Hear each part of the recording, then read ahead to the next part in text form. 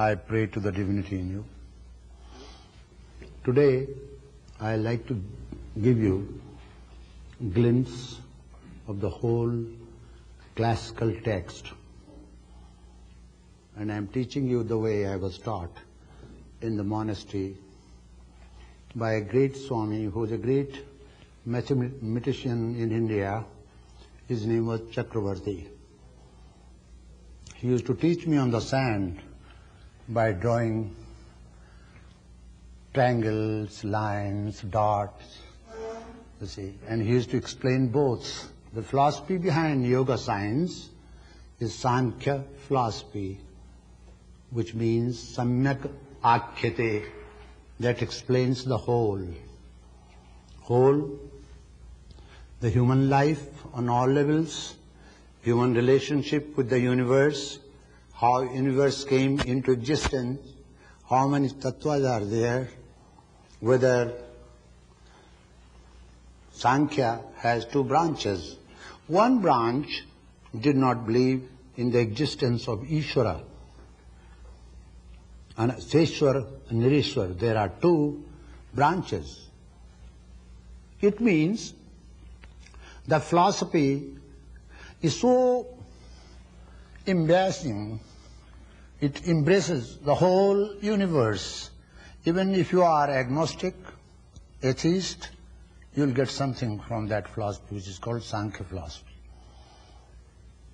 The science today has its root on the mathematics. Mathematics is a science which is called positive science. Without mathematics, no science can survive. Sankhya gave birth to mathematics first. So, I would like to explain to you and give you the whole picture of this classical text. I am sorry to change the topic. Today's subject matter was Abhyas Vairagyabhyam Tannirodha. As Dr. Awasthi, my director, fixed up the subject matter for me, I little what with his permission and your permission change it. First, you understand this one, it will be easy for you to understand anything in the text. Now, Yama, Niyama, Asana and Pranayama, these first four rungs are called Hatha Yoga.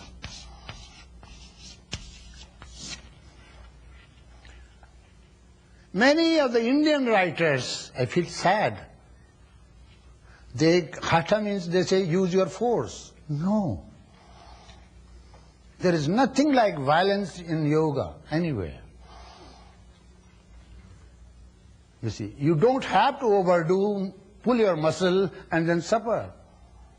Some teachers use their force, put their knees on the spinal column of the student. That's crude. Hatha does not mean using the force. Ha and tha, words are abbreviation, letters are abbreviation of the words hakaram, thakaram. Hakaram is moon, thakaram is sun. There are two breaths. They are used for these two breaths. That's why it is called Hatha Yoga. Now, I would like to tell you how Hatha Yoga came into existence. Patanjali mentions about posture, but then it is up to teachers to mention it. The science of Hatha Yoga is only 100 years old, and the codifier of that science, it existed before, but the codifier of that science is Atmanand Suri. He was a grastha. He was a householder. He was not a Swami. He was not a renunciate. Yet, His method is used all over the world. Postures. You see. Now, this science is limited up to this first 4 rung. 1, 2, 3, 4. Actually, not even these first 2, but 2. Asana and pranayama. Various postures. Many postures are learnt by yogis from the trees, from the birds, from the animals who live under the water, in the water, even from cobra, you see. Here human being became active to know from all kingdoms, kingdom of animal, kingdom of birds, kingdom of human beings. This science developed only 100 years ago.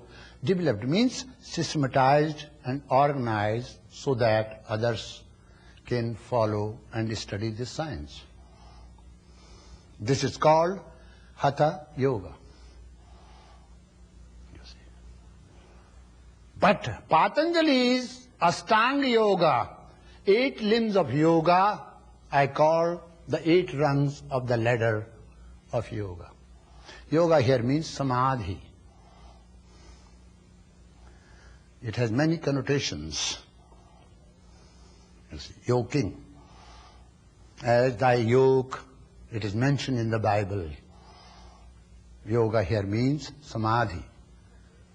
The aim and object of yoga is to attain the highest rung, which is called samadhi. Then, this is a wrong translation, because there is no equivalent word in the English. There are 3-4 words which became very common and adopted by English language, like karma, maya, samadhi, pandit, they call it political pundit, fakir. Such words have been borrowed, accepted by English language. Mahatma Gandhi created a word which is very famous in English language these days. That's called Himalayan blunder. Himalayan blunder means Himalayas are the highest mountain, and when you commit blunder, that is not small. The highest of blunder is that blunder is as high as Everest mountain. So he calls it, it's a Himalayan blunder you have committed. You see. Now let me start it from Yama. Yama, Niyama. There are 2 sets of laws which an aspirant should follow. A set of laws applied to his individual self, and another set of laws applied for society. You are an individual. But at the same time, there are other individuals. You cannot live without relationship or interaction in the world, no matter how much you isolate yourself. Suppose you say, I am studying yoga for myself and not for anybody else. This attitude will lead you towards egotistical way of life. So yoga, from the very beginning, has large, expensive approach, wide approach towards life. You are not meant for yourself only.